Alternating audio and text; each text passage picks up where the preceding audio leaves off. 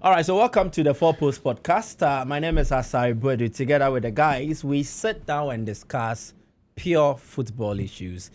We add emotions, we add banter, because we are human. Definitely, we need to give you everything about us. That is what we call the Four Post Podcast.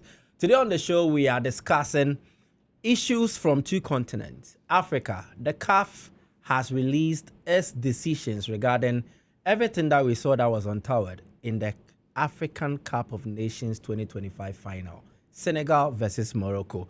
Well, we'll be looking at these decisions and we'll be taking them and marking CAF as to whether they've done it right or there is more that they could have done. In the UEFA Champions League, the league phase climaxed on Wednesday.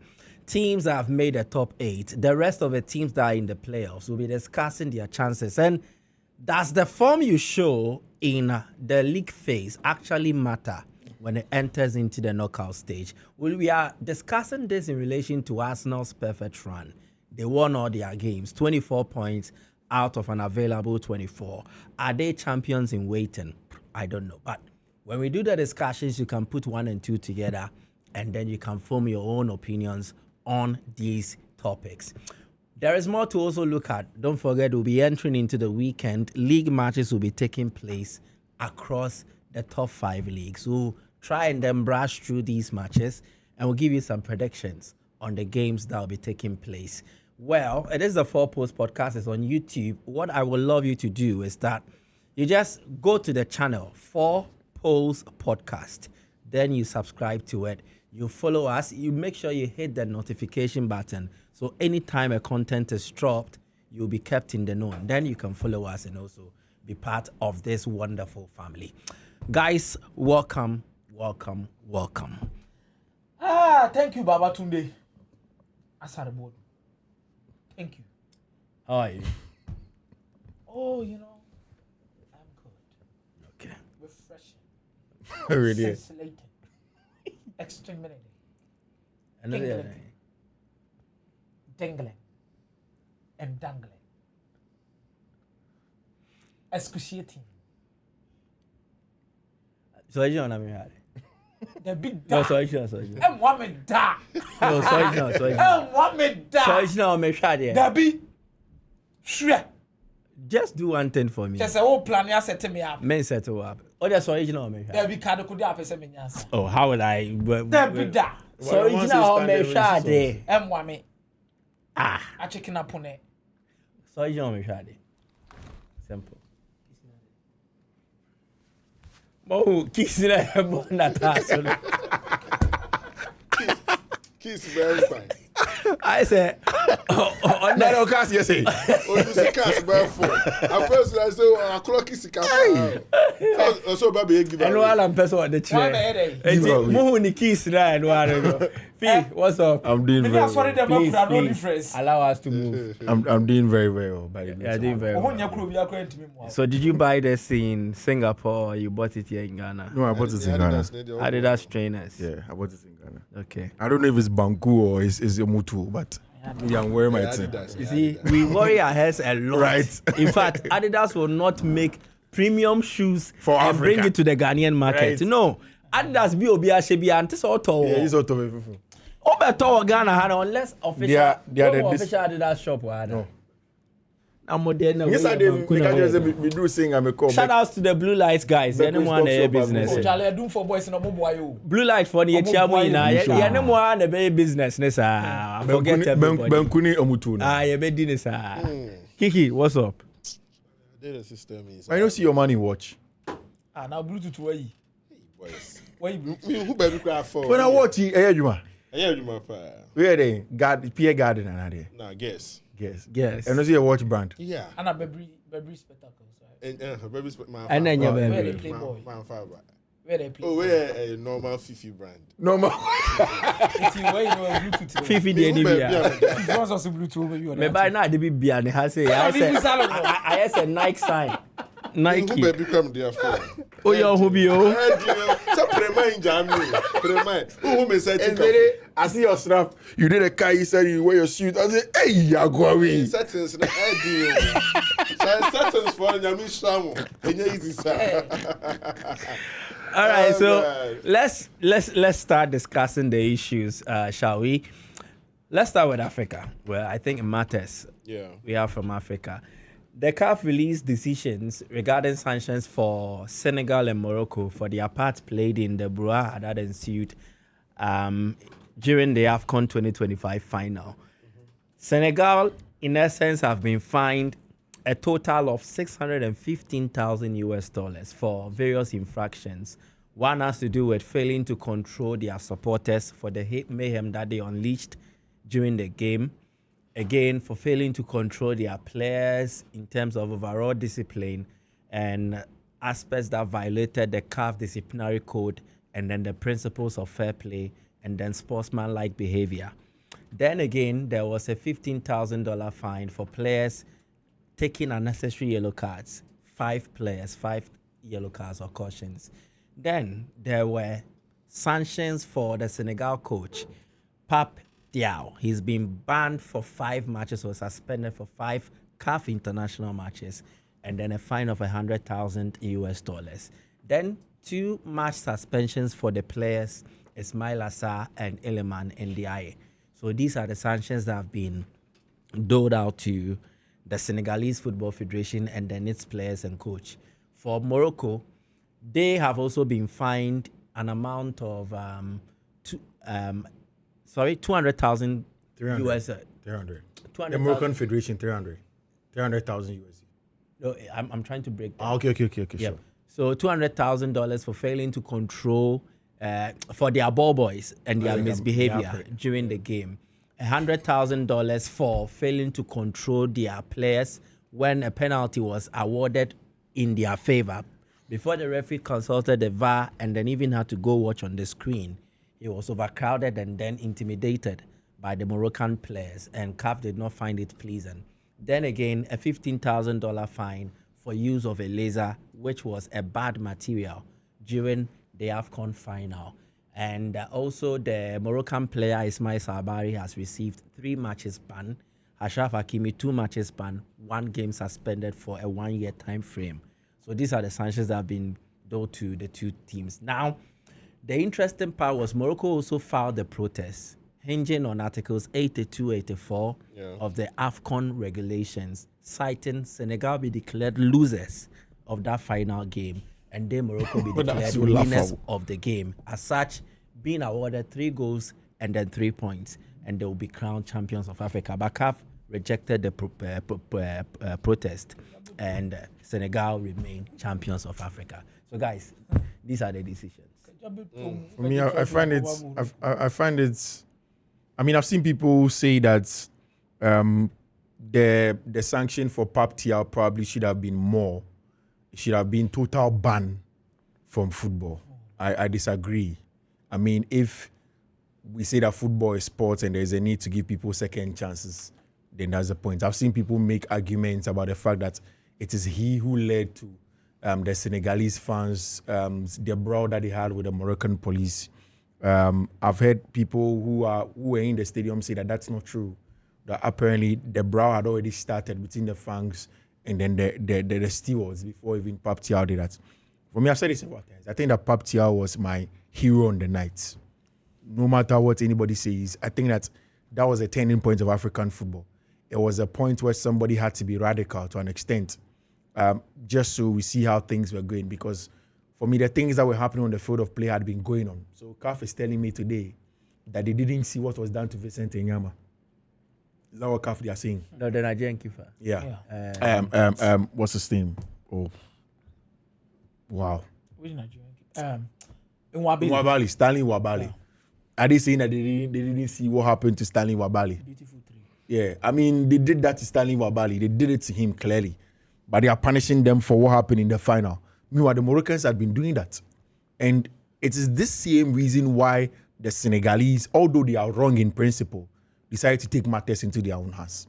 It's the reason why, if you ask yourself, why did Iliman Ndiaye get the match ban and also fine? Why did Ismail Sarr get a match ban and a fine? It's because of this, because these boys have been struggling. I mean, Ismail Sarr, when this thing happened, was at the helm, was there when that Senegal goal went in. He didn't understand why the referee did not even consult VAR, had to whistle before the ball went into the back of the net. And then later on, when just a couple of minutes later, hands over the Moroccans a penalty, lifeline penalty of a sort. So for me, I think that fines are fine. A few bans here and there are fine. These things happen in African football. I like the fact that CAF just do not take it lightly to let just a Pap Thiaw go. In as much as I think that Pap Thiaw for me was my hero, what he did wasn't right. And CAF was giving him the ban. However, it's not something that encompasses and goes towards FIFA. It's something I think it's a fair ban that he can take. It's a fair, sanction that he can take. And to a lot of people also in the Senegalese team. At the end of the day, the Moroccans, their wish to be declared African champions was dead on arrival, in my own opinion, because the game was played.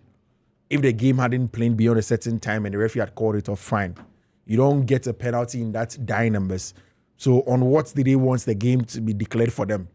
That's what? Just because somebody had showed indiscipline. It doesn't merit it. I mean, indisciplined behavior and sporting merits don't just mean. The fact that somebody's indisciplined doesn't just mean that we give you a sporting advantage. Like an example of it is the fact that you have a game with somebody hits you in the eye, and then they are shown a red card. It doesn't mean automatically because that was done in the 98th minute, we should say that we should hand you the 3 points or we should hand you a goal and all of those things. It doesn't happen. You merit the game. You merit the 3 points that you have to gain. So for me, I think that the Moroccans, it's sad that when they felt that they were going to win the African Cup of Nations after all of that investment that they had done, it's just not enough. It's sanctions that they get. They have to just learn from it. Akomea? Yes, I think first of all, the integrity of the game is very important, and for the federation too. This is a bold step by CAF to make sure that the right things are done. I think in excess of this discussion is quite going to be based on the fact that Morocco is going to be part of the nations that will be hosting the 2030 World Cup. So an example needed to be brought out. But I think in the long run, how are we going to be consistent with such kind of punishment? Because we see it day in, day out, even in the continental competitions like the CAF Champions League and the CAF Confederations Cup. I have no problem with whatever that they've done. I believe they have set the standard right. But they could have done better in terms of enforcing the law of setting people like the fans and go. Because I believe a fan comes to the stadium, misbehave and go scot-free. Yeah. It's high time we start banning some fans from various CAF official games. For example, what some of the Senegalese fans did. Okay, we are banning you. You're not coming to a stadium or you're not attending any CAF game for like 1 year or 2 years. Just to serve as a deterrent for most of these fans that comes to the stadium and base their actions on what the referee or the coach did. I think some of them overreacted, despite Papi Thiaw trying to take the initiative of making sure that the right things are being done to make sure that Senegal, at the end of the day, are not cheated. But you as a fan, you just come and start doing a lot of things, causing a lot of havoc. Your own is to come and watch the game, not to come and cause disruption. And that is where I felt most of the Senegalese fans should have been banned by CAF, and that should have served as something that will prevent other people from doing that. I'm telling you, if care is not taken and these fans are not banned or something is done to them, the next AFCON, fans will misbehave. And at the end of the day, it's the federation that will bear the cost. And even the coach that will bear the cost. Each one for himself. The coach bears his cost and a lot of things. The federation bears their cost and a lot of things. And the fans also pay for their kind of attitude that they showed at the end of the day. It means that the fines in itself are not good enough. Fiifi, let me say, for the coaches and for the individual players, it is okay. I think it is enough to serve as a deterrent for them. But I think they should have also looked through the fans. And I know there were cameras around. You registered, you bought a ticket with a fan ID, all of these things. Just recognize the appropriate fans who did some things that were extreme, punish them, and at the end of the day, these things will stop. Including the boys from Morocco. Individually, some of them who were registered and who were brought in. Especially for, let's say, they could have banned Senegal from bringing fans, any kind of fans at all, to the next AFCON. To the next AFCON. That would have been much more. Yes. No, I also think that would not be really fair to Senegalese fans will have the opportunity to come to the because next AFCON. there are a lot of Senegalese in Morocco, across North Africa. Senegal people live here. They might have Senegalese passports. They live in Europe. They want to come watch their teams. And you are telling me they will be barred from watching their team because some hoodlums decided to take matters into their own hands, and then they inflicted chaos and then harm on innocent people across board. No. Whatever happened, there was a footage, videos, pictures. And from the pictures we've seen, the videos we've seen as well, you can see clearly that these are fans who are identifiable by a unique way of dressing or their appearance. So it means they belong to a certain supporters group. Like we have here the Insu, the Gamsu, whatsoever. So if they are a recognized group, somebody somewhere should know who is in charge, especially the Senegalese Football Federation. They should be in a position to watch footage and assist CAF in identifying those who were captured in the video unleashing mayhem. Even if you identify one person, you've made progress in identifying the collective or the lot, those who perpetrated those unfortunate incidents we saw. That is the best way to go about it. When you find them out, you ban them. It is either you collapse the group or you ban the group. So you can't be a member of... Exactly. So you ban the group. From coming to exactly. But for the larger Senegalese there were a lot of Senegalese who comported themselves. Some even mingled with the Moroccans. You get it? Look at the boys of Morocco too. Those kids, that was really nasty. Mike actually pulling a second goalkeeper on the floor here and there, misbehaving. Very good Sabiri point. too, I think... so on the ball boys thing again, I don't know if you watched, but there was a CAF, was it a CAF Champions League or a CAF Confederation Cup game? It was Wydad versus Manema. Just last weekend. Yeah. Another towel incident unraveled. So that means that there's a perception around the towel. Exactly. Stuff. And I think CAF, in my opinion, can help here. A lot of people who follow football are ignorant of the rules of engagement or the laws of engagement.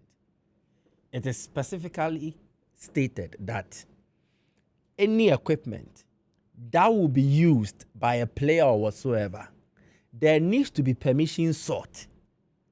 If it is not part of the already registered equipment used, like footballs and stuff, if you use any foreign material, you need to seek permission for its use at a pre-match technical meeting. So like Edgar Davies is wearing his spectacles. Yes. Peter Cech is wearing you his need helmet. to make all those known at a pre-match technical meeting. Are towels not the regular No. things? They're not. Towels around the goalposts are not allowed. Water bottles, they are not allowed. In every game, football. No, I'm coming. Yes. Come on. Oh, these are laws of the game. Again, as I said, you see, and the reaction I'm getting, I'm not surprised. So a lot of people are like this. They don't. There are no normal things in the game. Yeah, of course. A towel can be a because weapon. because Michael, it has been used almost every time. So it's become almost every the norm. yeah, exactly. Yeah. So in cases like this, clarity must be put so to the matter. From CAF, so in my opinion, CAF should help. Yeah. Make it clear. If you want to bring these things onto the pitch, what transpired at the pre-match technical meeting? So ball boys are briefed. The very first thing I want to know is that you were at the stadium for large parts of the game. Did you see Yashim Bono with a towel? No, I don't think so. Maybe it escaped my mind. Yeah. Because I've been trying to see if I can get footage of Yashim Bono with a towel. I have seen Yashim Bono in Al Hilal and Sevilla, and was it at Sevilla that he was? Yes, Sevilla. Yeah. Sevilla. I've seen him those days with towel. But in this tournament, I didn't see any footage of his with a towel. And you see, I think at the World Cup, yeah, he was with the towel. The whole reaction and everything is bordered on perception, thinking, on my drew. Yeah. So it is voodoo, it is juju. So let's fight it. Let's prevent them from using it. And when we start to make issues like this very clear, then people come to appreciate it. Then they know how to go about it in instances like this. In our setting, there are a lot of assumptions without clarifications. Where I believe you go to games and people assume that the normal things you do is about voodoo or something of that sort, as compared to the European standard, where Pickford can literally pick up a towel or a water bottle, go and nobody even cares about it. But then again, I think something will likely transpire at the pre-match technical meeting. Maybe there are briefings. I understand that, but I'm trying to speak from a perspective like just maybe games that we take it to be normal, which has become a norm for certain federations. Maybe in a normal English Premier League game, Pickford could literally pick up a towel and all of those stars, go to the game, and nobody will care about what will happen. Unless just maybe something like what happened in Morocco happens. That is when maybe the FA will come back again and set the rules straight and give clarity of thought to whatever that went on. But for in our context as Africans, I think the general overview comes along with how some of these things are utilized as voodoo. So these people have a premeditated mindset like, we are coming into this game, you've brought voodoo, you are coming to do this, you are coming to do that, so we are stopping you from this. Yeah. So the clarity of thought from CAF is very important, and I agree with Michael on that. That CAF should come out, give a proper clarity. You don't do this, you don't do that, you don't do A, you don't do B. Just for every single person to clear off certain assumptions from their mindset and stick to the rule. So if I'm not bringing any towel and we are playing CAF Confederations Cup game, I don't expect any club from Morocco to come to Ghana and come and tell us that you're also coming to this Michael, town. even with what you are saying, and I mean, I have not seen that rule, and I trust your knowledge of the game. So obviously, I take that. I have seen, I think one CAF, one of the CAF executives. No, even in the yeah. Spoke something but about my problem is that Kiki, those things are not enforced by ball boys. They are not enforced by team managers. I agree. They are not enforced by players. They're enforced by the referee, and he is the law of the game is in his bosom. And at the end of the day, he will write a report. Exactly. So I mean, when all of those things were going on, at some point in time, maybe the referee should have caught it, or maybe the Senegalese should have reported. Yeah. So this is a statement from Olivier Cabane. Cabane is a referees committee's president at CAF. He says that it is very simple. The field of play must remain clear of any foreign objects that are not part of the player's equipment. Okay. A towel is not a jersey. It is not shorts. It is not gloves. It's no hose. It is not part of a registered equipment of the player. So a little bit of briefing about what transpires at the pre-match technical meeting. So during the pre-match technical meeting, teams present the player equipment from the color, exactly. And all those so things. when Chelsea had Peter Cech wearing headgear, it will be presented at the pre-match technical meeting. And the opponent will look at it. So everybody has seen it in previous games. It's just like when you are going to box. When the referee goes to inspect the gloves, you go with one member of the opposing team. Then they look at the things that you are going to put on. So Team A presents theirs. They go through it, the color, everything. Then Team B will also do theirs. If you will have to present any additional thing, it must be brought to the pre-match technical meeting. The necessary inspections are done. Then the approval is given. That's enlightening, actually. Exactly. So a towel is a foreign material.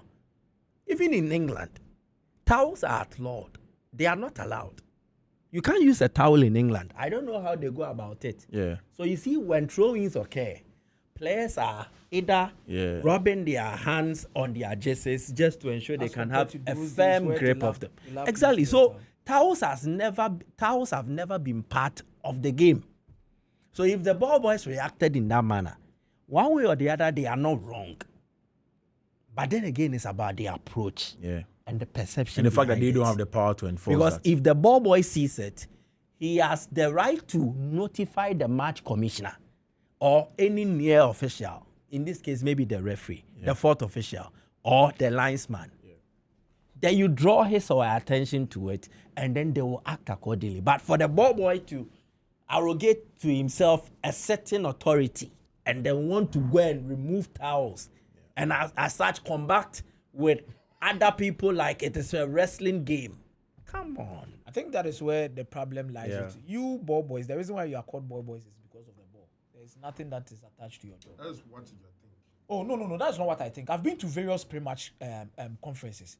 There are specific instructions to ball boys. Even for now, Mike. Sometimes you're not supposed to come into contact with the players. All that they tell them is it's almost the cones scrum baba. The cones in the ball on the free, so now the ball now so they don't give them other instructions again.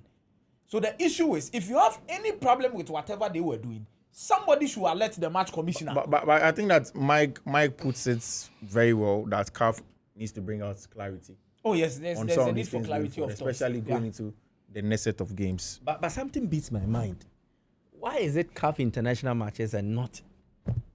Who is CAF under? FIFA? Yeah, but then this is a CAF sanction. Again, like competition. CAF sanction competition. So what happened to Lai Kinson then? I mean, maybe we didn't present our case. Because better at Lai the time. Kinson got he missed a the red card. Yeah. He received a retrospective ban. Yeah. And it affected him at the World Yeah, Cup. the World Cup, yeah. So why is it not affecting these Senegalese and Moroccan players and then the Senegalese coach at the World Cup? But the fact that Lai Kinson's one was wrong, and that's the beauty of law. The fact that you made something wrong, you don't want to repeat it But again. case precedent. Yeah, but you don't. But the fact that it was wrong, you don't want to repeat it again. So can we be clear with it? Like that game was a CAF. Yeah, it was African- AFCON. Ghana versus Qualify for the Senegal. World Cup. It was a No, qualifier for it was the World Cup. AFCON. No, it was qualify for World Cup. Like Kingston. No, it was AFCON. Like Kingston, Ghana, AFCON Senegal. 2006. 2006. Like Kingston, Abi Bay. He had battered Abi Bay. They were showed red card. At the AFCON. Okay, so it was an Yeah, AFCON. yeah, yeah. Yes. And the That was the second game of the And competition. he was given a red card. So initially it was to serve 2 matches. Yeah. Then CAF had a relook at it and then extended it to 4 matches. So it meant So meaning he would the have missed Zimbabwe game and all of those. exactly Yeah. So that should have continued with maybe a CAF. sanction game if Sanction in game. this case. Exactly, but then again, they could have been wrong, and this time they don't want to. Has do there the been right an way. amendment of laws Could have been at an CAF amendment to the or laws at just CAF. maybe at the Congress In things fact, have changed? like it's- In was fact, unlucky. again, this might be novel.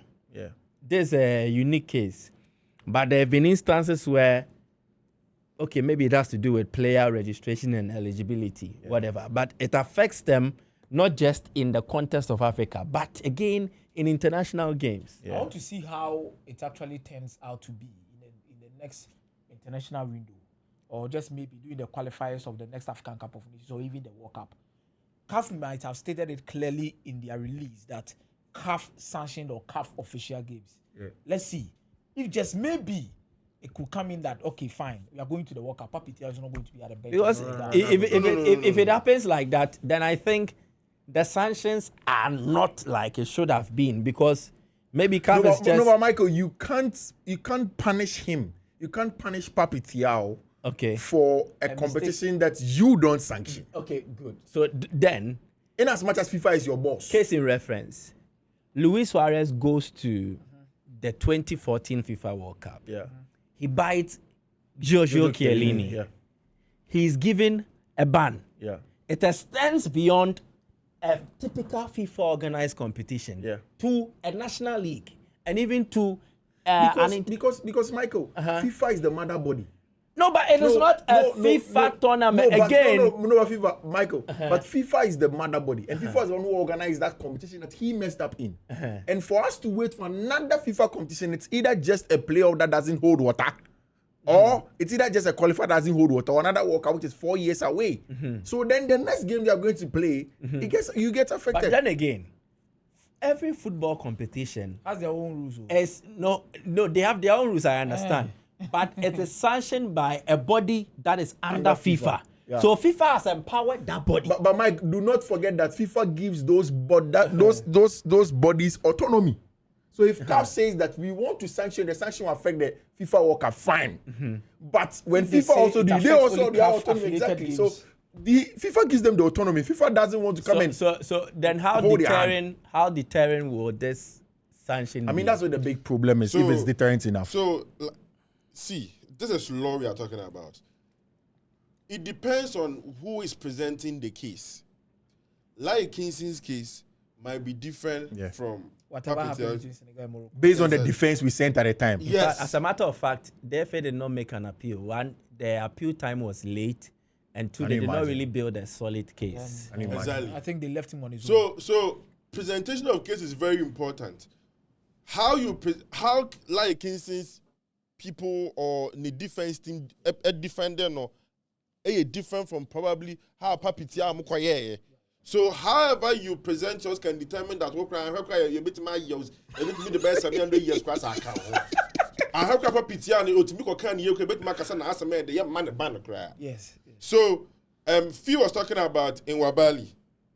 Say the ball boys no more. But as at that time, did the referee officials presented the case to Nah. CAF? No. A bit about some man. Yeah, of course, yeah. So It wasn't in their report, so they media CAF. no so and the emotions I make your argument. But the in law is fact. the law. But the law is the law. o present with case case BC or Ghana ha me stretch that case no. Me stretch that case but and also so bad them one. oh there be I say yes sponsor I don't want to bring that one in. So case no a team be I was some come present case be o man ko present and other team no ko present other team no ko present e catch and say this one go to sika be within a certain time and I will see hey o can legal for any yeah so presentation who here as and the time you do to who here and it determines the other come make me say obi kan obi say na judge no nim nyansa say we mu di kan ebe ye you know say ye den ya so who so mo bo ka nyansa na aduma law no yeah and I'm better me say judge ni mfa ni nyansa nka say me gidi say ma bo kan ti say I was so present so wa bo ka that's how the law works it's enye no krasem mra so and I was coming to the ball boys now say see, we were talking about educated ball boys. No credit, wait, educated ball boys. No, what do you no credit? I mean, fact, being a mere ball boy. The reason is simple: the orientation. Ube to me, I don't want to do say abrofuni different from me before. Abrofuni orientation, no voodoo name to do something so that nyekiti wo. Yeah. It will be to the ball I say, and for some cabo obitao, and you say, Emrano, you better find with team no 10,000 automatically, you be you free team, which means join the academy, say. I can't find every who say consequences of that about the baby. I don't know. Yeah, before no voodoo, no juju, any just in case, I can't hear you. And you must, if any just in case. I think when I did a free Botswana question with that one day.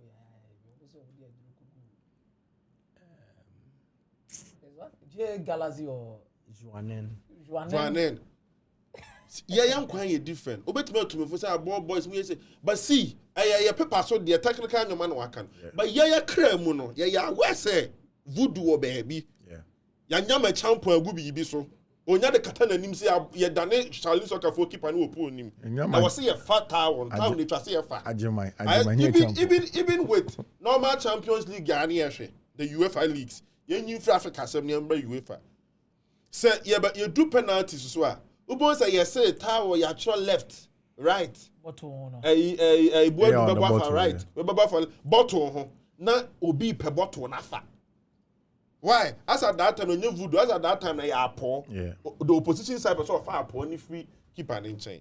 But yeah, at the end of the day, you see a voodoo. So see, you can educate the ball boys and all that. No question, they say, you can't say about town never fat. Because in prefer say won fan papa when Morocco na wo bi no. Just say because it's all the kata when my your boy was here and it's quite unfortunate say answer.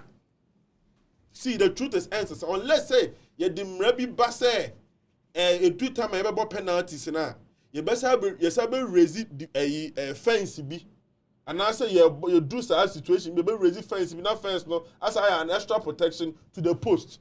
Now ball boys for new go in a chibia minim because because we feel it goes beyond when him now what they paper and the tower now person point Fiifi any other we feel there's something to it. That is Africa for you.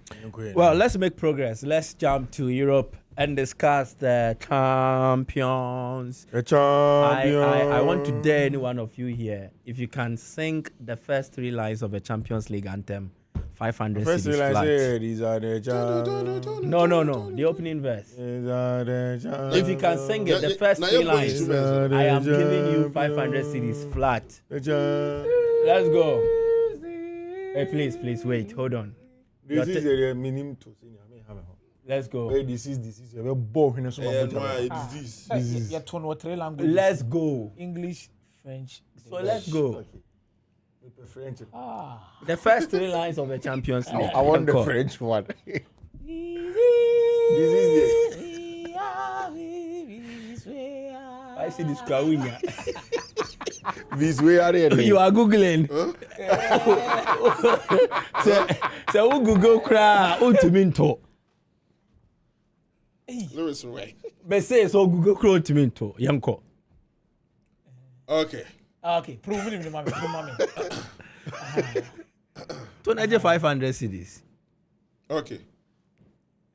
Satan. the priest and eternal prophet. Oh no. So I know the priest and eternal. I put your Roman for you.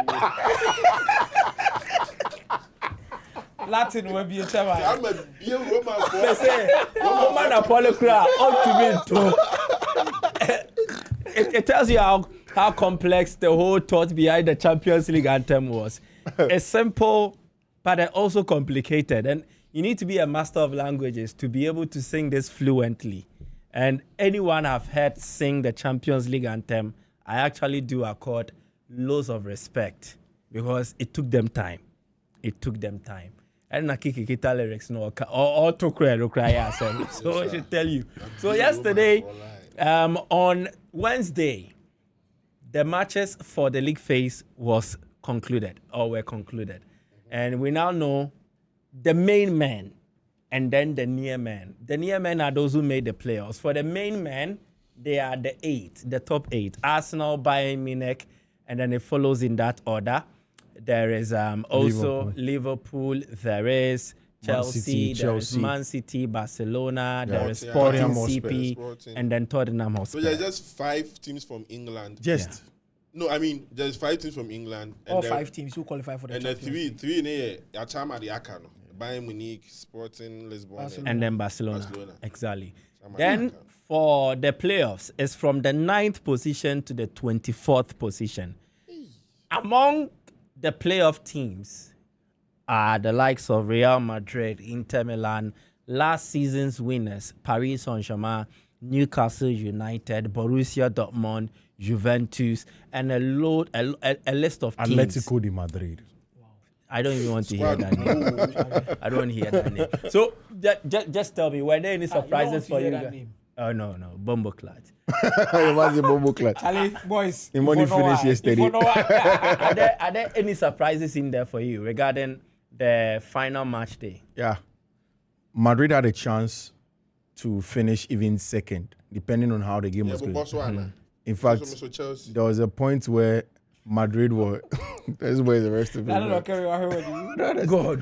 There was a point where Madrid could have been second. And because the PSV Bayern game was 1-1 draw at the time, Madrid were out by a goal to 0. They came at some point, they were 7th, they dropped, and later finished off around 9th. I can understand it's Jose Mourinho, and we know the kind of things Jose Mourinho can do. But going away to the stadium where Madrid won the La Decima after a very long time at the Estadio da Luz, it wasn't a place I expected Madrid to lose. I expected at least Madrid to get a draw at worst to be able to qualify. But the manner in which the match ended and what happened in the game, in fact, I'm not worried about the scoreline because, to be very honest, Benfica could have beaten Madrid by 7-0 or 7-2 or 8-2. They were just better. Madrid were all over the place. They literally pinned them to the wall, got better chances. And Mike, what makes it more worrying is the fact that this is a Benfica side that every game, apart from this one they've played in the Champions League, it has been an under 2.5 game. They can't score, they get beaten 1-0. I remember Chelsea 1-0. Juventus, I think it was 2-0. So they struggle. It's about 1-0. 2-0. Then Madrid, which is supposed to be the biggest of the teams that had come to the Dalu this season, they managed to beat them by 4-2. And the fashion that it happened, Benfica did not believe they were going to qualify. Jose Mourinho spoke after the game that he was told that they were not going to qualify at 3-2 because the goal difference wasn't favoring them. That is when they had that free kick. And that's why he called Androli Cherben to go and attack that ball. They managed to win it. It was an excellent fashion. For me, that surprised me, but I need to talk about this. Questions need to be asked of Diego Simeone. Honestly speaking. Barca coaches come and go. Madrid coaches come and go. Bilbao coaches come and go. Sevilla coaches come and go. I think by far is the longest 7 manager in the La Liga. And even he is the most And paid coach. and if I stand to be corrected, I think across Europe. Yeah. He's But- the most paid coach in Europe right No, the longest 7. Also, now. And the most paid. highest paid coach as well. Yeah. I mean, if you are such a coach and Bodo Glimt beat Man City in Boadu, in Glimt, in Boadu. That's in Norway.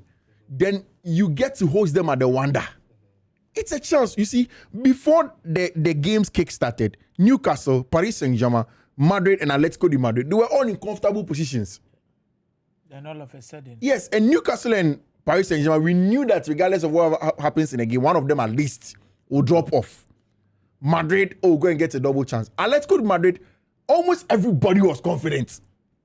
It'll be Boadu. That if not for nothing. They even took the lead. Yes, you get a draw against Boadu at home. Boadu beats Atletico de Madrid 2-1. The question is, who should ask that question? Of Diego Simeone? Yeah. Who? Because the team Atletico Madrid, yeah, their orientation. Yeah. What is the orientation about football right now and their vision? Yeah.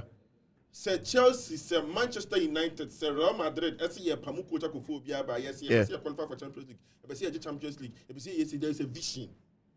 What is the vision and the orientation right now? Because it seems that ni and Sam Fata and Simeone be fire and why right now we compete in the La Liga. Anya is a Madrid ne basa to top up so it me bibi. Champions League you do baby can it me call for na last minute. Guy be obi ni ade ba mafia. But so far you compete o baby you qualify for Champions League, you compete for La Liga. Yam pamon yan kofa hwan team no yes I be do say. No but Kiki. See a vision say unless you vision say ya brand mediocrity, ya brand enya right now you pursue a Champions League 2003, you pursue a G League 2009 because of that you kofa Carlo Ancelotti, because of that you kofa Ruben Amorim, because of that you kofa Rosenior. Ni what's a vision say on one day. But right now no orientation it is saying vision it is anything right now the most paid coach will say no, but Kiki, in the last few years, then it means that Atletico Madrid is not a club that will go anywhere.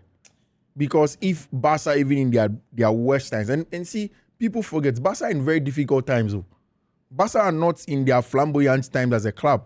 This is a Barcelona side that have had financial difficulties. They managed to get to top 8. They managed to get the Champions League semi-final last season. Every day, it is excuse after excuse from Diego Simeone. You go away to Liverpool, you get bundled out. You make the game extra difficult for you. Last season, Atletico de Madrid were in good form in the La Liga. This is insane. In fact, before last night's game, they had gone 13 games at the Wanda unbeaten. And that's all you ask the question. No, but say, it is not. The most important thing is getting it over the line. Right. And for me, that is where there's a big problem. Yesterday, that is the match that surprised me the most. I had to speak about Madrid, but then that game also surprised me. But he got top 8. That's the most. The clubs with pedigree. No, 2 games less is important. The clubs with pedigree go there. So, Kiki, you think Simeone's body of work should not be scrutinized? It should be scrutinized depending on the vision of Atletico. Of Atletico Madrid. For all the investments the club has made, players, new stadium upgrade and all that, you don't think they should still demand more from him? See, comparing Atletico Madrid and Paris Saint-Germain, PSG are extremely investment as compared to Atletico Madrid. Yeah. But see, if any now no treble now, Anka Atletico Madrid has been successful than PSG. Yeah. So at the end of the day, my question doesn't remain the same. Even in Barca, time on no mujina monas because you were talking about the fact that since Barca and Monas, time on no mujina monas, no article for league. Actually, Madrid money na shiji. But we've moved past those years, Kiki. But they say no, unless I catch them, say new management and for 2 seasons now. You remember the last time he extended the contract? There were reports that the contract wasn't going to be renewed. Okay. But at the end of the day, since that time, what has happened? Great. What have the class been doing? What is going on over there? The performance in the Champions League. You see, Atletico de Madrid is not just a Spanish club. What about the Champions League? But if Paris Saint-Germain, like you say, if Paris Saint-Germain has managed to win the Champions League, you see what was happening to Paris Saint-Germain? Quarter-final exit, round of 16 exit, semi-final exit, they end up winning. Atletico de Madrid, Wako final. Across semi-final. Exactly. Look at Man City. Yes, Atletico de Madrid. And Man City. On Ben a pep ne buy ne But BD. me as Atletico Madrid fans, But they are complaining. Me complaining. No, they are complaining. Maybe not as vociferous. And see, that's where the problem is. Because it is not as vociferous as how a Madrid fan will complain. But every Atletico Madrid fan you see on Twitter complain about you. It's what to say? Yes, I'm permanent.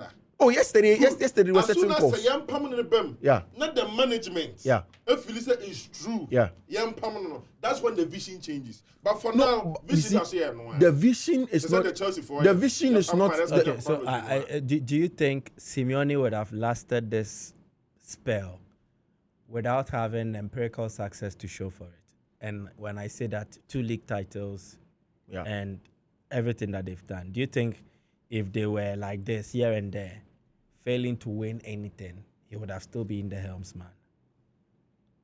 In the same Atletico Madrid? Yes. Do you think so? No.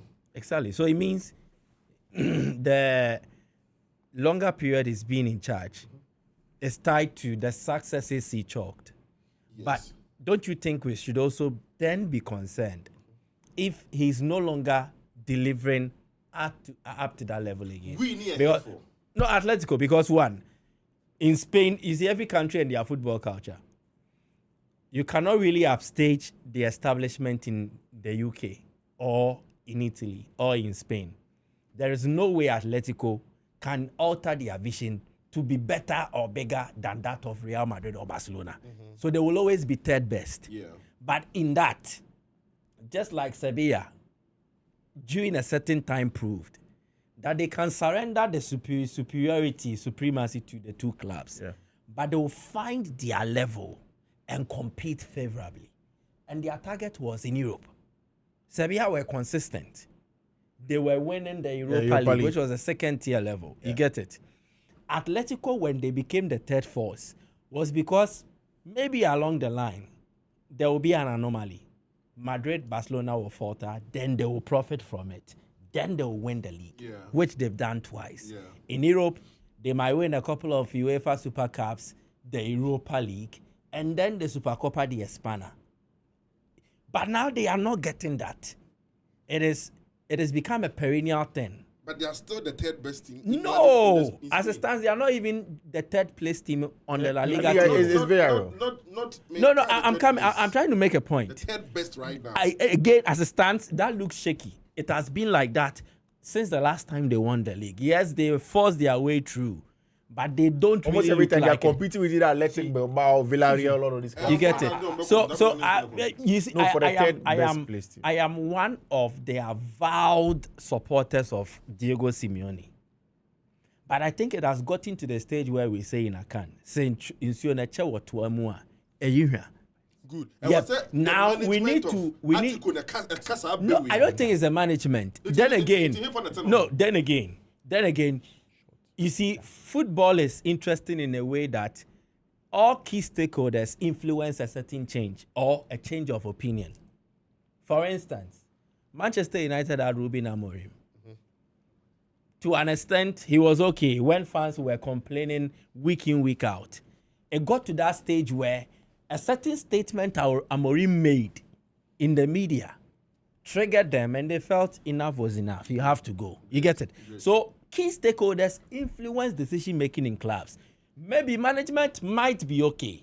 But I think when pressure from the fans become excessive and very evident, they will have a rethink. Yes, they would. But as at now, I think if they don't see what they want to see. From last night, Fiifi, everything that we are discussing here is really valid from Kiki's point of view, from your point of view, from Michael's point of view. I think it's all about dissecting it and understanding it in the 2 phases of how you want to rebuild your club. Now, for Atletico Madrid, it's all about being careful and not being able to predict what could happen next and the kind of attitude the supporters will show thereof if you're supposed to part with Diego Simeone. Coaches will always buy time with a certain level of success. I was looking through his statistics, Mike. Now, he came to the club in 2011-2012, took over middle of the season, 5th. Right from 5th, Fiifi, 3rd, 1st, 3rd, 2nd, 3rd, 1st, 3rd, 4th. And last season, I think 3rd again.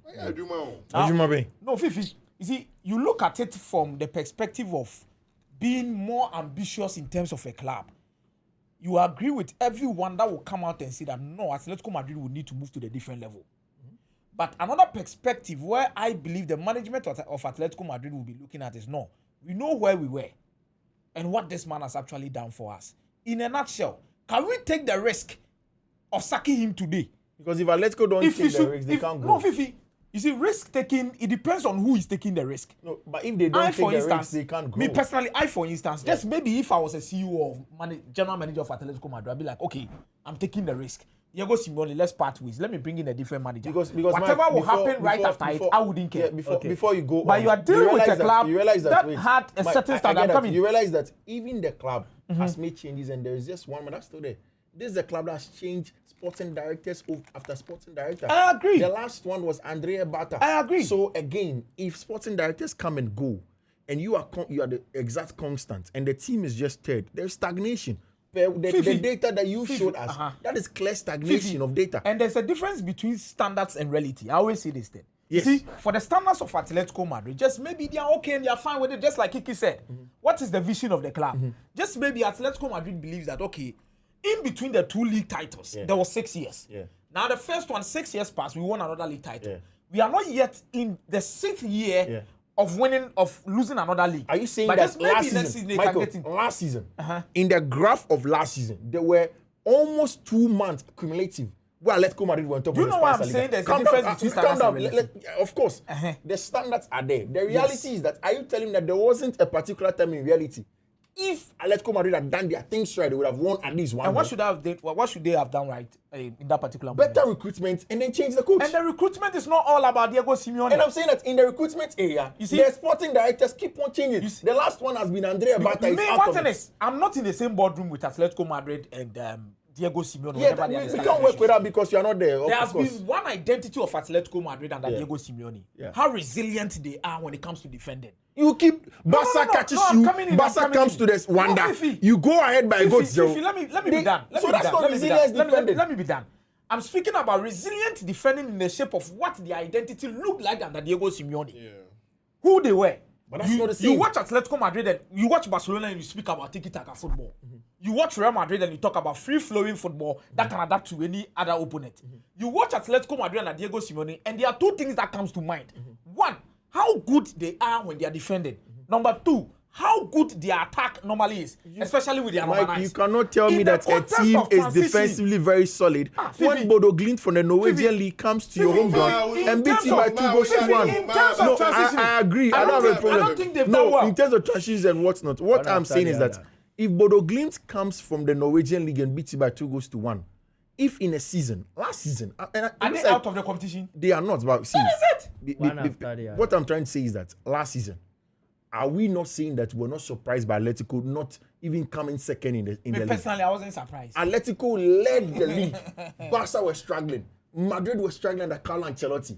In fact, for the very first time in a while, people thought, okay, at least give us a proper run for the money. Before we got to the middle of the season, Barca and Madrid are taking over. They were back again. Nobody can tell me that Atletico are okay to be second fiddle to those 2 teams. If they are, then they should be playing in the Europa League like Michael opines about Sevilla. Go to the Europa League. Go and win the Europa League. Because if every day for Atletico de Madrid, it is round of 16 of the Champions League, round of 16 of the Champions League, it's been too consistent. And the context of the success you are trying to speak about, going to the Europa League, going to win it, depends on the kind of money and the kind of budget they use during the season and their projections. But Europa League... Fiifi, if you should come in, that we at Atletico Madrid, okay, we've qualified for the Champions League, we are playing in it. This is our budget. Okay, we've spent our budget. This is our projection for the year. Maybe the group stage or the quarterfinal will give us that money. Maybe we are okay, we are fine.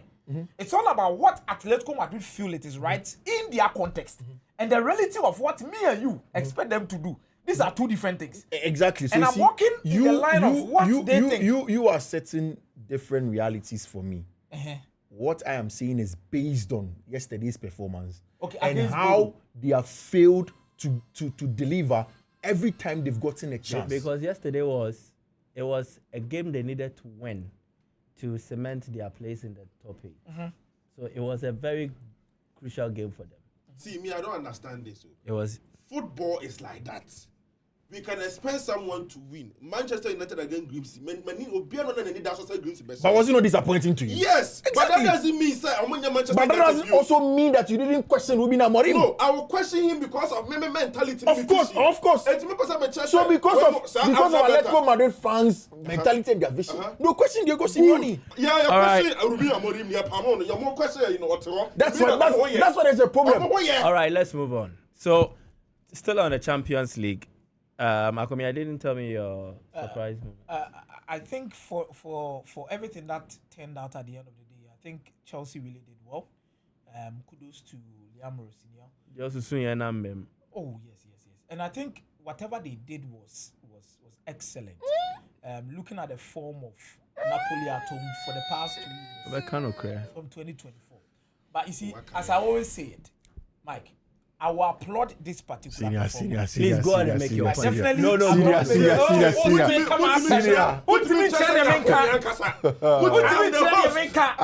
I said you should go on and make his point. I've not said anything. But Onka Sebi. Sorry, Onka Sebi. So I think for 2 years, Napoli had not lost a game. At the Stadio di Diego Maradona, Chelsea goes there. Napoli takes the lead 2-1. And I think tactically, Rosenior did a lot of good things yesterday. I think he did it quick. He was quick enough. He understood the assignment because he knew Napoli were struggling with some quality players that could come into the middle of the pack and control the game. So let me get grip of the game at 2-1. Let me not wait till it gets to 3-1 or 4-1 or something of that sort before I get into the game. Now let me turn it right over. And I think the introduction of Cole Palmer did a lot of magic for Chelsea in that particular context. Okay, so this... But I have another thing to say. On Chelsea. No, so I'm asking you a question about Chelsea. Match day 1, match day 8. What changed about the Chelsea team? I think it's all about being proactive in your tactics and substitutions. I think for match day 1, you watch the game a little bit and substitutions might come around 70th minute, sometimes like changes here and there. But this is about taking bold risk at crucial moment. The first change came in the 56th or I think the 59th minute. Then subsequently, the others followed, taking the risk, going straight to the point. Okay, I'm playing with Andri Santos, I'm playing with Enzo Fernandez, I'm playing with Caicedo, I'm playing with Estevao as a right winger. Kopama, come in. I need you to do this for me, do that for me. Pace, hit them on quick counter breaks. At a point in time, I thought Chelsea were even having a lot of players on the field than Napoli. Because the first phase of Napoli's build-up, they are overcrowded, outnumbered. The second phase, they are outnumbered, overcrowded. The last phase, they are outnumbered, overcrowded. It had to take individual brilliance, especially look at the first goal from Napoli. Vergara. Then you look at the second goal, cut across. Then it wasn't a moment where... Michael, don't you think that was too much of a risk from Liam Rosenior? Yes, because he needed to take that risk. No, it wasn't a risk. If he needed to take that risk. No, it wasn't a risk. Do you know why? And as soon as I saw the lineup, I was like, Akwano Kasaba Charlie Odim the Oye. See, Lobotka and Scott McTominay are machines. They run the midfield. Yet the technical type. But Lobotka is technical. Lobotka is more technical. No, but he works hard too. We have like Caicedo. Yeah. Oh, giddy boy technical. Yeah. But the giddy no was strong. Even Declan. Even Declan. Yeah. But now you said, do you know something? Usually Santos the bench say Beji Ebeka back 5 from that I was talking about. Yeah. But now just at this time I'm playing Reece James. Do you know why? Reece James can easily carry the ball and move forward and distribute the ball, then prevent Santos from actually coming back. So now by Santos any Caicedo to me a match McTominay. So and that causes a lot of overload. No? So but Kiki, Chelsea started well. But after the goal came, after Enzo Fernandez's goal came, that is where the execution of the game plan was questionable to me. Because when I was watching the game, like you're saying, perfect game plan. And that's why I call it a risk. Yeah. It's not a bad tactic, but I think it was, in fact, I use the word a little overzealous. Okay. Because you are going to play against Antonio Conte. Everybody knows that when you play against Antonio Conte, mimic his shape. Yeah. When he plays 3-4-3, play 3-4-3. Man-to-man, then play with him. And that's what he went to do. Yeah. And in the man-to-man, he knew that he didn't need to defend the box. So he took away his defender that is good at defending the box in Chalobah. Yeah. Then used the defender that's good at defending space in Fofana to deal with Rasmus Hojlund. And he was good. Yeah. Even when there was 1v1, he was good. He was more physical than Rasmus Hojlund. But when Chelsea got a goal, that's where the problem came. Chelsea sort of withdrew. and then they had to go and defend their box. Because they were now adapting. Exactly. So that's what I'm saying. So there's a issue with the game plan. The game plan is not bad, but maybe they didn't get enough time to prepare. Yeah. Maybe the personnel. Now, the 2 goals that Chelsea considered were a clear part of the risk. Yeah. That the fact that you don't have a natural box defender, which is Chaluba. So first goal, Reguero and Fabo on F1, why 360 in the box. Fofana is a natural box defender. Any positioning. You're born after no. Then the second one, he goes to the byline. Reece James is a fullback. Should be an original. Plus, Fofana, he gets beaten. He's not natural. Sabo, ABC second half. Lukaku Bemuno. It was Pinazzola and Inyai. Or Fabo na Chaloba. First ball, bam, were clear. So that was the little risk. But I think what I like about Liam is that he is very much self-aware. In fact, I'm beginning to think that the tactical people, no, they are obeying in-game preparation. They are about first half, no. That is all. Adding for them to say that I'm wrong and accept that they are wrong and make a change. Okay. It looks as if I'm more balanced. Mikel Arteta, Liam Rosenior, if he gets there, probably are more self-aware because second half we say no, I need Kopama 1. See a bit of Valedu with more technical players in Fiifi on him and also a box defender. I think he also took the brave decision to add an attacker because of one Jesus yellow card. Yeah, one, yeah. He was literally very bullish in defending. Yeah. Went into dangerous attacks, and now he was even lucky. One is he Brazilian? Yeah. Yes. Okay. And he was even lucky he didn't even get a red card. The second half, he went on a tackle on Joao Pedro. Yeah. That should have been the second yellow card for him. But I think this is a Chelsea team that are really adapting to opponents. I want to see what happens in the next round. But also, Mike, Joao Pedro's brilliance is also one thing that probably saved the day for Liam. I think for the equalizer. I think it forms part of the reason I asked what has changed about this Chelsea team from match day 1 to match day 8. I think the players have become better in terms of experience, and now they are more confident. See, I want to see how it's like now they know what to do. Yeah. I think for certain games now. Don't forget, this is their first Champions League. Yeah. Last time you were not around, I spoke to Fiifi and I said that Rosenior is doing something that I think he himself will know that he took the right decision by prioritizing resource over style of play at any moment in time. Because what will keep you in the job is resource. His first statement, he said something about the fans that he needs to win them over. If you want to win them over, I don't think it's about your style of play or your philosophy or what you want to bring in. It's about getting the resource. When a clear foundation of a winning mentality is established, which I believe he's right on track to do, everything will actually fall in place. These kids are going to believe in whatever he teaches them. There was the pre-match press conference, and you look at Caicedo's body push and a lot of things. You really see that these guys trust the coach, and they are willing to do a lot for him. But Mike, there's one big concern I have after the Champions League group stage. I think for FC Barcelona, I'm really worried about the number of goals they concede. They are scoring more. They are second to Arsenal when it comes to total goals scored in the group phase. But they are one of the worst teams in terms of the number of goals they've conceded in the Champions League. 11 matches consecutively. And you look at it and they've conceded around 24 to 23 goals. They conceded 3 against Club Brugge. They conceded 3 against Chelsea. 3 against Chelsea. 2 against Slavia Prague. You look at all of these things and the number of goals they are considering raises a lot of questions.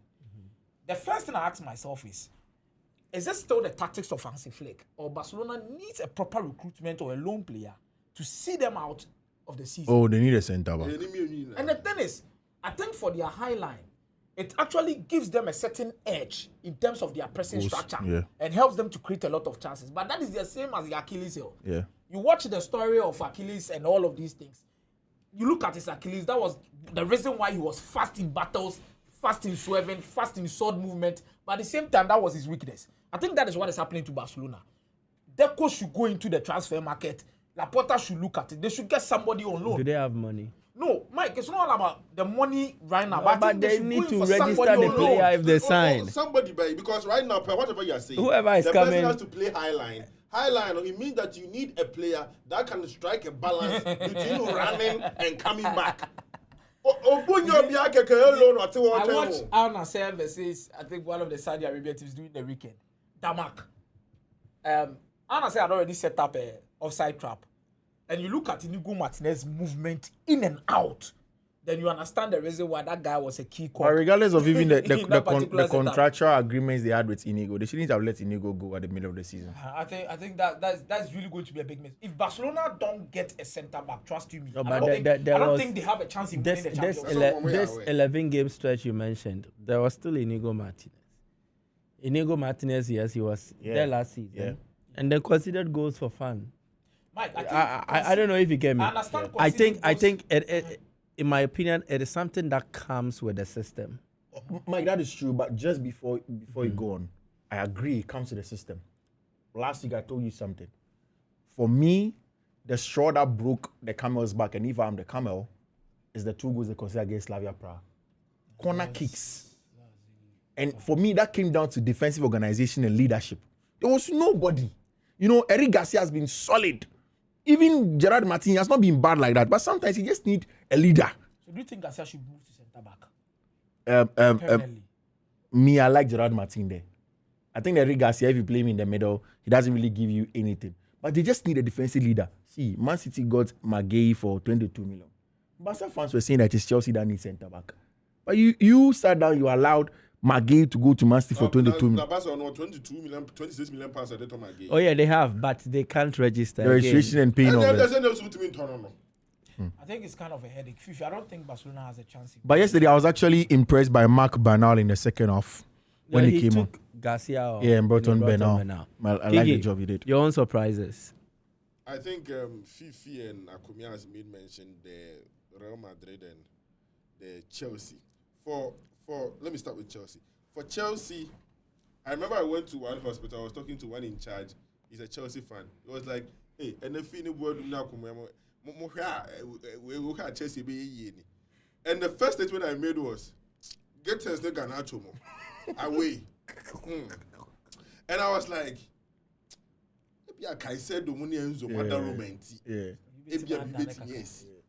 So me myself, I wasn't really sure about what will happen there because then you're home there fine, but there was no having one. But lineup the Bayern, I saw the lineup and I saw Reece James at the centre back and then Gusto there. I was like, hey, Akomea. But as soon as the match started, I didn't know who the person was, and I was like, okay, this guy, Kasadia Baso for Baso Yebi. So I always say one thing, and it was established yesterday. Joao Pedro, you're very clinical and appeal for everybody to see when there's Palmer on the pitch. Estatively, Club World Cup. And yesterday too, it confirmed it. Obama 2 assists. Yeah. Palmer no Prana. What is going on with Palmer? Yeah, he's injured. He's not fully fit. Okay. So they're managing. Because I was thinking he looked very slow, right? Yeah. I don't even know about Manchester. Yeah, I mean, but not me. But that was the only surprise. I mean, think it's a never yet dream, but Chelsea came out of it, and I was like, hey, and then the interviews and all that. But for Real Madrid, it is still the same thing. I said it the other time. Say, Abelowa team no crown, and your taxes are same. Abelowa. The team now crown, and your taxes are same. Mole na. Me hypo my management. Me check money bo. Na mako na anya and see that time Mr. Boadu said one thing. So see no e be see me team. Okay, say who I say. See, the akwa we here no, and sustainable. Oh yeah, he mentioned. There will be okay. Yeah, he mentioned it. Enche. Yeah. As soon as I'm about to our so they best start asking questions. And open them who on internet and say the Real Madrid players feel Abelowa can contain the pressure of Real Madrid. And we have to say, hey, boy, you gula free gula so to top one pack so. And rather gula to top one pack. Hey. Oh yeah. Yeah. And the truth is, you need free mono. And a team the class are Jibu. Jibu kura. Obi wo see any free mo. Satani atau. I didn't even watch the Madrid match as much. I think I took my time to watch the game. Was it a Vini? Was it Vini should have come when off? the game was at 3-1, to be very honest with you, Adagula was literally running the show for Real Madrid in the middle of the park. And he took him off. Vinicius was literally adding nothing to Real Madrid's game. For Mbappe, quality. Because in the third phases or the final phases, it was just clinical. Absolutely clinical. The second goal was absolutely good. The cutback from Adagula, the finished from clearing, but everything was just right on point. So I was expecting Vinicius to be brought out of the game. If there is going to be Rodrigo moves to the left-hand side. If Master Antonio is also out, then Brahim Diaz directly. My chairman decided that no, Charlie. Then call for no more fans and engineer pitch. Charlie. So no, warm up. Coach, what typical Vinicius, as I said, Vinicius had 2 combo match against Albacete. Hey, and just and the post match, he just something like it's his fault. Mbappe can say me. I say, see, let's be honest to ourselves. Oh no! I say that tactics ourselves. Also, I'm more ankasa. I'm more on and off. This is the idea. Mbappe, I will catch you.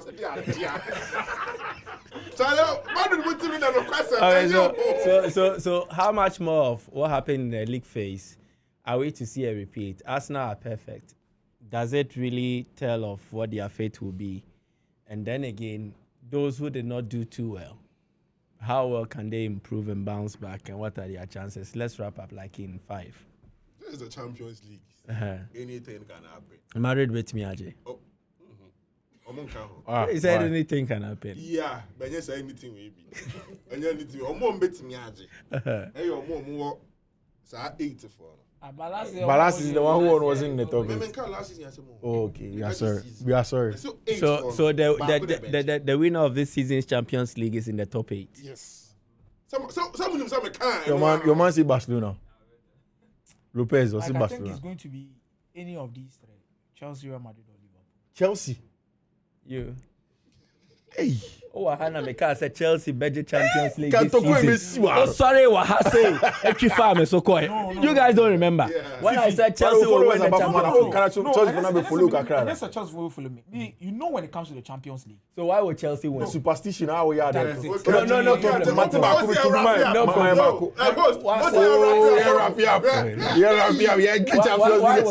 The reason why I mentioned those 3 teams is that anytime in the last 20 years, anytime we've played the Champions League in a new stadium that has never hosted the Champions League final before. This time we're going to Azerbaijan? No, we are going to Hungary. The Puskas Arena. Yeah. There are only 3 teams that have won it. Real Madrid in 2018. Chelsea, Liverpool Porto. in 2019. Chelsea in the Stadio di Dragao. Yeah. Porto. Only these 3 teams. Okay. The reason why Real Madrid Real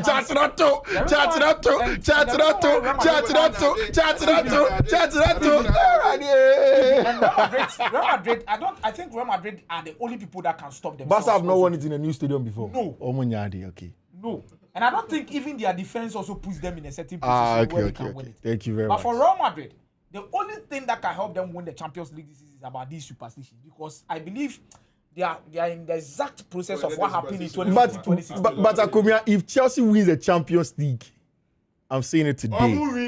Oh yes, I will go bowed. I will shave here. If Chelsea wins the Champions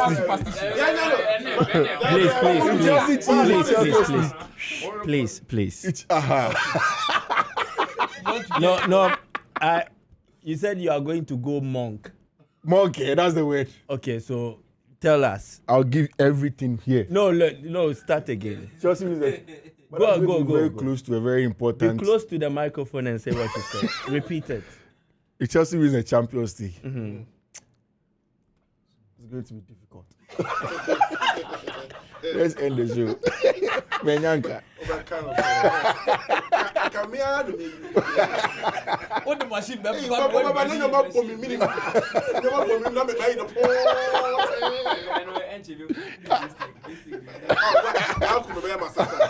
Say Apo, Anna. Apo.